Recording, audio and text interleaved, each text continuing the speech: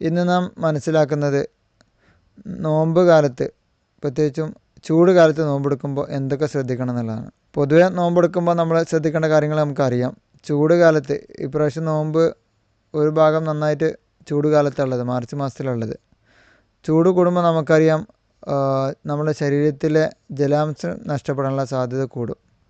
നമ്മൾ ഓരോരുത്തർക്കും നമുക്ക് ശരീരത്തിൽ വേണ്ട ജലാംശത്തിൻ്റെ തോത് വ്യത്യാസമാണ്, അളവ് വ്യത്യാസമാണ്. കാരണം നമ്മൾ കഴിക്കുന്ന ഭക്ഷണത്തിലൂടെ, കുടിക്കുന്ന വെള്ളത്തിലൂടെ ധാരാളം ജലം നമുക്ക് ലഭിക്കുന്നു. മൂത്രത്തിലൂടെ ആണ് കാര്യമായിട്ട് ജലം നഷ്ടപ്പെടുന്നത്. മലത്തിലൂടെയും കുറച്ച് ജലം നഷ്ടപ്പെടുന്നുണ്ട്. പിന്നെ വിയർപ്പിലൂടെ ധാരാളം പോകുന്നുണ്ട്, അത് നമ്മൾ അറിയാതെ പോകുന്നു. അതേപോലെ തന്നെ അറിയാതെ പോകുന്നതാണ് നമ്മുടെ ശ്വാസത്തിലൂടെയും പോകുന്ന ജലാംശം. ഈ രണ്ട്, വിയർപ്പിലൂടെയും ശ്വാസത്തിലൂടെയും പോകുന്ന ജലാംശം നമ്മൾ ശരിക്കും അറിയാതെ പോകുന്നു എന്നുള്ളതാണ്.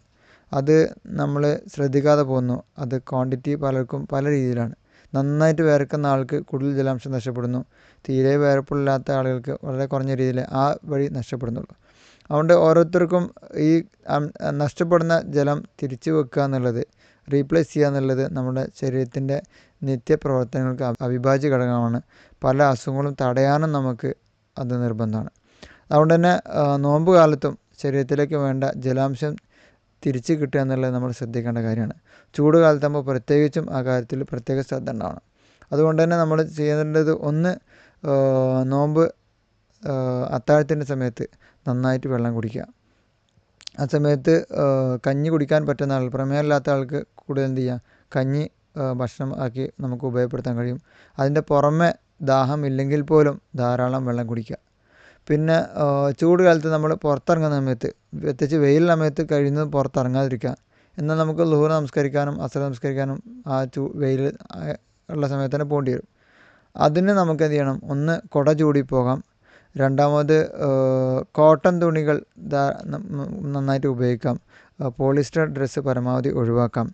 പിന്നെ നമുക്ക് ഫുൾ സ്ലീവ് ഡ്രസ്സ് ധരിക്കാം. പുരുഷന്മാർ പ്രത്യേകിച്ച് ഫുൾ സ്ലീവ് ഡ്രസ്സ് ധരിക്കാം. ഡയറക്റ്റ് വെയിൽ ശരീരത്തിൽ കൊള്ളുന്നത് നമുക്ക് ഒഴിവാക്കാം. പിന്നെ മിക്ക പള്ളികളിലും AC ഉണ്ട്. അത്തരം പള്ളികൾ നമുക്ക് സെലക്ട് ചെയ്യാം. AC ഇല്ലാത്ത പള്ളികളാണെങ്കിൽ തന്നെ നമ്മൾ ഡയറക്റ്റ് വെയിൽ കിട്ടുന്ന സ്ഥലങ്ങളിൽ നിന്ന് മാറി നിന്ന് നല്ല തണലുള്ള സ്ഥലങ്ങൾ സൂക്ഷിക്കുക.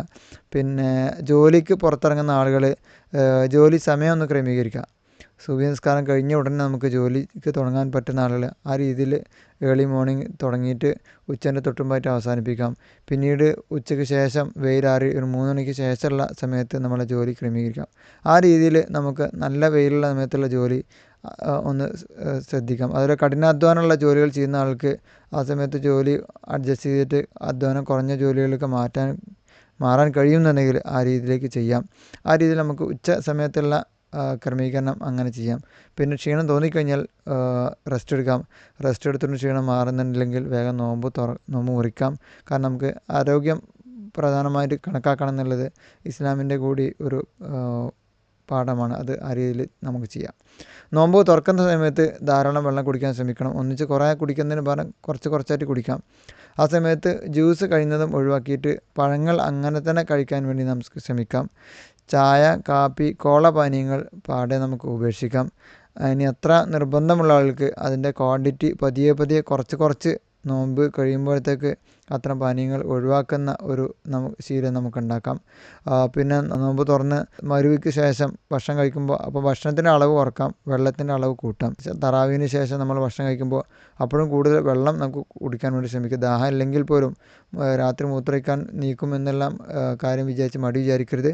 വെള്ളം ധാരാളം കുടിക്കുക. ആ രീതിയിൽ നമുക്ക് അനുവദിക്കപ്പെട്ട സമയത്ത് ധാരാളം വെള്ളം കുടിച്ചു കഴിഞ്ഞാൽ ഈ വെയിലത്തുള്ള നോമ്പ് നമുക്ക് അധികം പ്രയാസമില്ലാതെ മുന്നോട്ട് പോകാൻ കഴിയും.